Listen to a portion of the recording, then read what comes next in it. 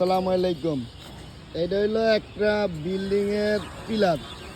এই পিলারে আমরা কি কি লক্ষ্য রাখবেন? এই হুকটা লক্ষ্য রাখবেন। এই যে একটা হুক দেখা যাচ্ছে, এই হুকটা ঠিকমতো আসেনি। এই মাটা আমরা ঠিকমতো আছে কিনা, ক্লিয়ার কভার ঠিকমতো আছে কিনা। এই দেখেন, এটা সুন্দর ক্লিয়ার কভার আছে।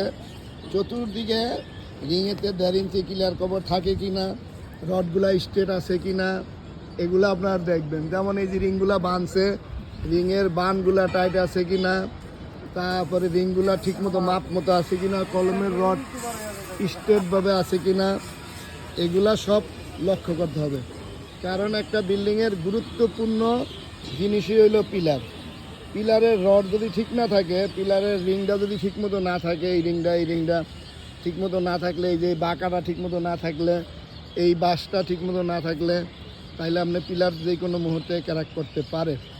এই জন্য আপনারা এই পিলারগুলা ঠিকমতো দেখবেন। এটা 10তলা বিল্ডিংয়ের পিলার। পিলারে ক্লিয়ার কভারটাই বেশি করে দেখবেন। ক্লিয়ার কভার যদি রডের সাথে ক্লিয়ার কভার ঠিক না থাকে, তাহলে সাইড দিয়ে ফাইটা যাইতে পারে। আসসালামু আলাইকুম রহমতুল্লাহ বরকাত।